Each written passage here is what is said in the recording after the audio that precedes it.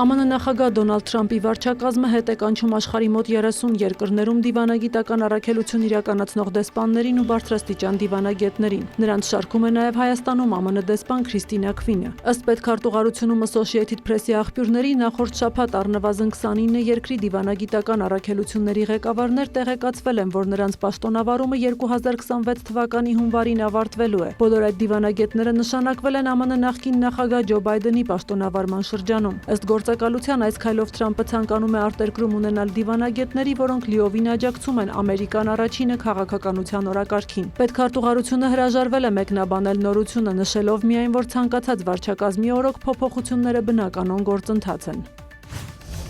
Ամերիկյան կողմը վերջին 2 օրերին Ֆլորիդայում առանձին բանակցություններ է վարել ուկրաինական եւ ռուսական պատվիրակությունների հետ։ Տեղի են ունեցել նաեւ եռակողմ բանակցություններ եվրոպացի պաշտոնյաների հետ։ ԱՄՆ նախագահի հատուկ բանագնաց Սթիվ Ուիթքոֆը բանակցություններն անվանել է արդյունավետ եւ կառուցողական։ Քննարկվել է Մոսկվայի եւ Կիևի միջև խաղաղության հաստատման 20 կետից բաղկացած ծրագիրը, այդ թվում Ուկրաինայի անվտանգության երաշխիքները։ Ուկրաինան լիովին հանձնառու է արդար եւ կայուն խաղաղության հաստատմանը, հայտարարել է Ուիթքոֆը։ Ռուսական կողմի հետ բանակցություններից հետո եւս Ուիթքոֆը նշել է, որ Մոսկվան հանձնառու է Ուկրաինայում խաղաղության հաստատմանը եւ աջակցում է նախագահ Դոնալդ Թրամփի խաղաղության ջանքերին։ Ռուսաստանի նախագահի հատուկ ներկայացուցիչ Կիրիլ Դմիտրիևը նույնպես բանակցությունները որակել է կառուցողական։ Միևնույն ժամանակ ՌԴ նախագահի օգնական Յուրի Ուշակովը վստահ չէ, որ ուկրաինացիների եւ եվրոպացիների կողմից արված առաջարկները կառուցողական են։ Կարծում եմ, առաջարկների մեծ մասը մեզ բոլորովին հարմար չեն լինի, նշել է նա, հավելելով. Դմիտրիևի զեկույցից հետո Մոսկվան կմշակի իր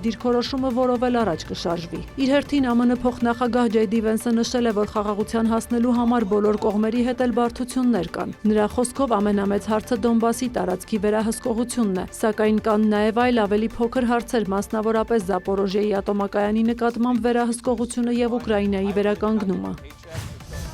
Բանակցություններին զուգահեռ շարունակվում են ռազմական գործողությունները։ Ռուսական կողմն Ուկրաինայի ուղղությամբ մոտ 90 անօդաչու թռչող սարք է արձակել։ Հիմնական թիրախում եղել է Օդեսայի մարզը։ Վնասվել են էներգետիկայի օբյեկտներ, բռնկվել են հրդեհներ, 1 մարդ վիրավորվել է։ Ժիտոմիրի մարզում ԱԹՍ-ի հարվածից բեռնատար գնացքը դուրս է եկել ռելսերից, անձնակազմի 2 անդամ վնասվածքներ են ստացել։ Ռուսաստանն էլ հայտնել է ուկրաինական 41 ԱԹՍ խոցելու մասին։ Կրասնոդարի երկրամասում Թամանի թերակղզում 2 նավամատույց եւ 2 նավ է վնասվել, բռնկվել է հրդեհ։ Բացի այդ, Մոսկվայում սպանվել է Ռուսաստանի զինված ուժերի գլխավոր շտաբի օպերատիվ պատրաստության վարչության պետ գեներալ Ֆանիլ Սարվարովը։ Առավոտյան ժամը 7-ին ավտոկայանատեղիում նրա մեքենան պայթել է տեղադրված ռումբի գործարկման հետևանքով։ Ըստ ՌԴ քննչական կոմիտեի դիտարկվում է այն վարկածը, որ սպանությունն իրականացվել է ուկրաինական հատուկ ծառայությունների կողմից։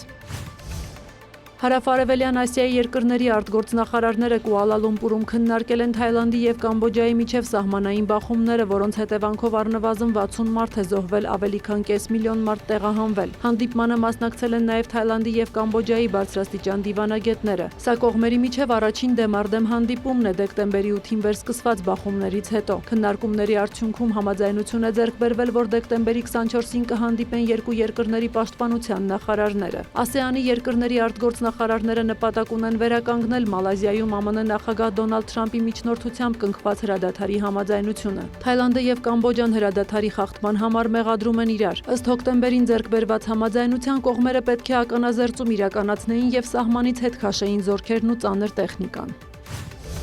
ԱՄՆ-ն Վենեսուելայի ափերի մոտ միջազգային ջրերում եւս մեկ լցանավ է կալանել, երրորդը վերջին 2 շաբաթվա ընթացքում։ Նշվում է, որ կալանվել է նավթամթերք տեղափոխող Բելա 1 խոշոր լցանավը։ Այն 2024 թվականին ավելացվել է ամերիկյան պատժամիջոցների ցանկում։ Ըստ ԱՄՆ ֆինանսների նախարարության, այն ստվերային նավատորմի մաս է եւ զբաղվում է նավթի ապօրինի վաճառքով։ Վենեսուելայի կառավարությունը դատապարտել է լցանավերի կալանումը, դա անվանելով միջազգային ծովահենություն։ Տեղի ունեցածին արձագանքել է նաեւ Պեկինը։ Չինաստանի արտաքին գործերի նախարարությունը հայտարարել է, որ Միացյալ Նահանգների կողմից մեկ այլ երկրի նավերի կամայական զավթումը միջազգային իրավունքի լուրջ խախտում է։ Պեկինը դեմ է բոլոր միակողմանի եւ անօրինական պատժամիջոցներին։ Չինաստանի ԱԳՆ խոսնակը նշել է, Վենեսուելան իրավունք ունի հարաբերություններ զարգացնել այլ երկրների հետ։